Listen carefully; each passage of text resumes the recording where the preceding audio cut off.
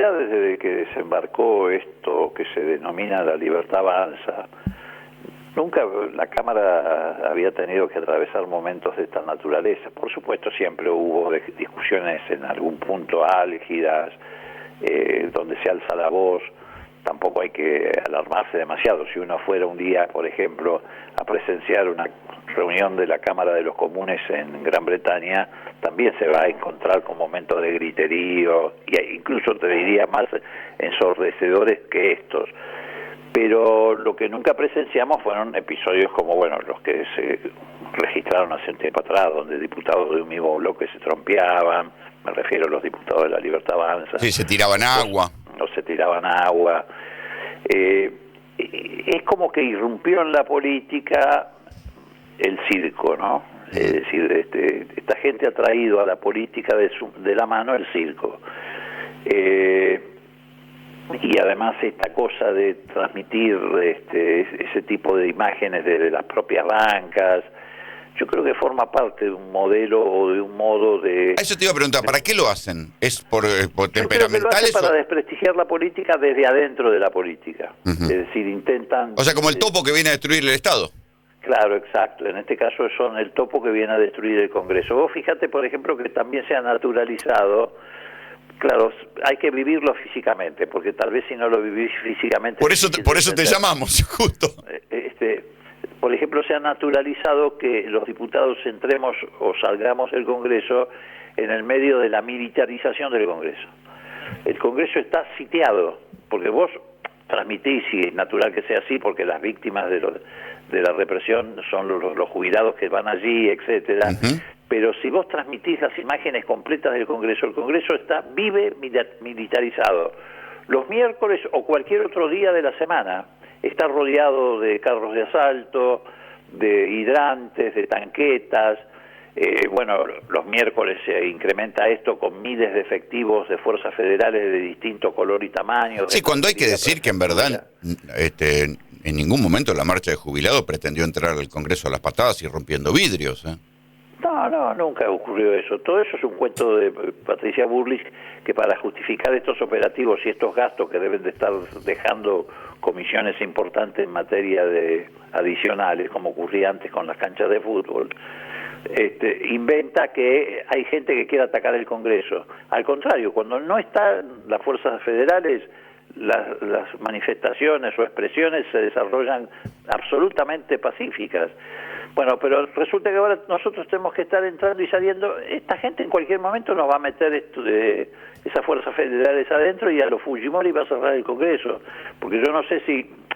A ver, es farragoso leerlo, pero en el acuerdo con el Fondo Monetario Internacional, que estaba obviamente en su original en inglés, hubo que hacer la tarea de la traducción. Nos encontramos con un párrafo que dice que el gobierno se compromete, está firmado por los representantes del gobierno, ¿no?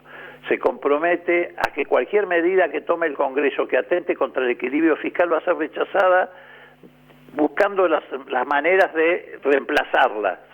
¿Y cómo las van a reemplazar? Supongamos que... Bueno, es lo mismo que hemos visto a lo largo de todo este año. Bueno, veto, ratificación del veto y DNU. Claro, y lo vas a ver por lo que viene adelante va a ser aún peor.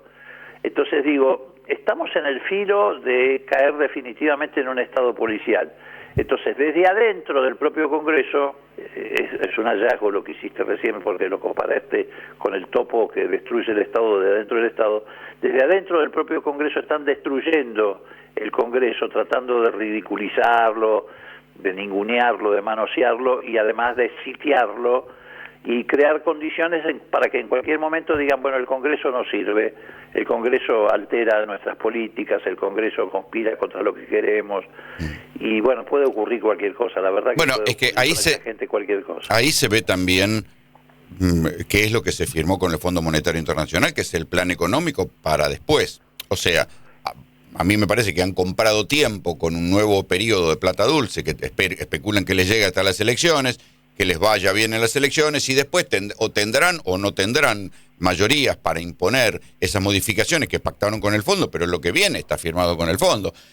Una reforma jubilatoria, que cuando dicen reforma jubilatoria es un eufemismo para bajar las jubilaciones o patear de edad jubilatoria y que la gente se jubile más viejo y más miserable, con una especie de asignación universal por hijo para la tercera edad, que será la PUAM corregida. Los recortes a las provincias, los recortes a la educación y un regreso al gasto público. Algunos dicen que al tiempo del 2005. O sea, que retroceder en el gasto público a una época que va a provocar muchos cambios en la vida cotidiana de la gente y sobre todo en las provincias, porque le van a desplazar el ajuste a las provincias y van a ser los gobernadores los que tengan que poner la cara por menos seguridad, menos educación, menos hospitales. Absolutamente, es así. En materia de jubilaciones, ellos se encaminan, no pueden hacer desaparecer, porque si no lo harían, definitivamente el régimen previsional o el de la seguridad social, pero quieren transformarlo en una especie de subsidio a la pobreza. Entonces, lo que están proyectando es no solamente un aumento en la edad jubilatoria, sino efectivamente una fuerte caída en lo que hoy se conoce como haberes jubilatorios, que van a dejar de ser tales porque no van a estar enmarcados en un régimen de previsión social. No, vamos camino a una mayoría de PUAM. O sea, sí, de PUAM y incluso hasta te diría por debajo de la PUAM. Ellos van a modificar lo que se llama la tasa de sustitución. ¿Qué es la tasa de sustitución? Es lo que vos cobrás en relación, lo que vos cobrás de haber jubilatorio en relación a lo que cobrabas como activo. En la Argentina esa tasa, a pesar de la disminución que ha habido en los haberes jubilatorios, se mantiene en el orden del 60% como promedio. En otros países como Chile, como Perú, como Ecuador, están el 18 o 20%. Bueno, ellos lo quieren llevar a ese nivel. Es decir, jubilaciones más miserables. Claro, pero son países que tienen estabilidad monetaria, donde la inflación no te morfa los ingresos. Sí, pero con toda su crítica. En la extrema pobreza. Ya sé, por supuesto. Y eso es el modelo de ellos, dicho con todo respeto por nuestros hermanos latinoamericanos. Es que son modelos de países basados en una estabilidad monetaria y exportación de materias primas. Exactamente, y en dos clases sociales. Es decir, una clase social de ricos, muy pocos ricos, y otra clase social, muchos pobres. Esas son las estructuras que tienen esos países. Bueno, acordate que cuando la pandemia trascendió que la mitad de los peruanos no tenía heladera. Por ejemplo, y que por eso tenían que ir todos los días al mercado a hacer las compras, porque no tenían heladera en sus casas. Faltan heladeras, faltan sanitarios. Por eso son países que tienen esas estructuras, muy pocos ricos y muchísimos pobres viviendo en niveles ni siquiera de pobreza, de indigencia. Bueno, la PUAM, por ejemplo, que es un 20% menos que la mínima jubilatoria, ya significa no estar debajo de la línea de pobreza, sino estar por debajo de la línea de indigencia. Sí, claro. Sí, y además sabemos que la canasta jubilatoria es mucho más que la canasta básica. Exactamente. Entonces ellos tienen por delante ese objetivo que ya lo han ratificado en este acuerdo con el Fondo Monetario. Ahora, ¿qué pasa? Como saben que hay una clase media que va a resistir, digamos, fundamentalmente, y una clase obrera todavía sindicalizada y organizada como en ningún otro lugar de América Latina que también va a resistir, se preparan para eso. Si les va mal en la elección, y bueno, palo y a la bolsa. Palo, cuando digo palo me refiero a garrotazo. Sí. Y si es necesario limitar o hasta cerrar el Congreso, lo harían. Ahora, los jubilados protestan. ¿Por qué los gobernadores no protestan? Si les están recortando y el ajuste les va a saltar a ellos, y si el ajuste es excesivo, les va a generar estallidos sociales como hubo en los 90 en las provincias. Porque tienen miras cortas, porque no tienen un proyecto de nación, a pesar de que gobiernan provincias que integran una nación, no tienen un proyecto de nación. Y además porque desarrollan lo que yo llamo tacticaje electoral. Es decir, mientras sientan que todavía hay un segmento de la población que tiene una expectativa o una esperanza respecto al gobierno y que es un caudal electoral que puede incidir en contra de ellos, a pesar de que lo que pasa en la Argentina, a pesar de que, mira, los giros a las provincias disminuyeron un 75%. La obra pública está absolutamente paralizada. Las rutas son un peligro. No, es terrible. Transitar las rutas es cada vez más riesgoso. Bueno, a pesar de todo eso, si se mantiene un cierto porcentaje de adhesiones al gobierno en términos electorales, muchos gobernadores van a seguir haciendo... Perdón, al gobernador de Chubut, Milei, lo trató de discapacitado mental, festejaba como que se lo tenían que sodomizar y le siguió votando todo.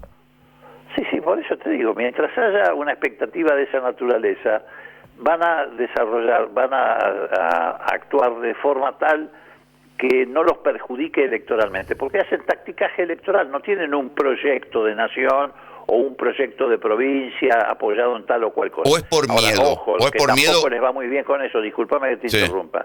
Ojo que no les va bien con eso, mirá lo que le pasó a Puyaro en Santa Fe. En esta elección de constituyentes, a un año de su elección como gobernador, perdió de un año al otro 600.000 votos. Cayó del 60 y pico % que había obtenido para ser gobernador al 35% en esta elección. No, te decía que, por otro lado, tal vez tengan miedo de que les corten todavía más las transferencias y eso sí les genere algún tipo de estallido social en las provincias. Porque acordate que le pasó a Angelós en su momento en Córdoba, cuando Menem le corta la plata y se tuvo que ir antes de tiempo porque tenía todos los empleados provinciales golpeando la puerta de la Casa de Gobierno, y ha pasado en otras provincias, ¿no? Digo, por eso tal vez tengan miedo de eso, si no, no se entiende. Les cortaron la guita y le siguen votando todo. No hay mucho más para cortar a las provincias o recortarle a las provincias. Siempre queda para el mileísmo, siempre queda algo para triturar, pero no hay mucho más para eso. Lo que pasa que, precisamente como están en una situación de asfixia, de vez en cuando, sobre todo cuando necesitan los votos de los gobernadores en el Congreso, le abren un poquitito la canilla y por ahí le dan algo, digamos, ¿no? Y entonces cuando vos estás en una situación de asfixia, si alguien te tira un poquito de oxígeno... Sí, le agradeces. Les agradeces. Y bueno, eso es precisamente la política del sometimiento. Ahora, esa política del sometimiento en realidad no perjudica al gobernador, perjudica a los gobernados por ese gobernador, es decir, al pueblo de esa provincia.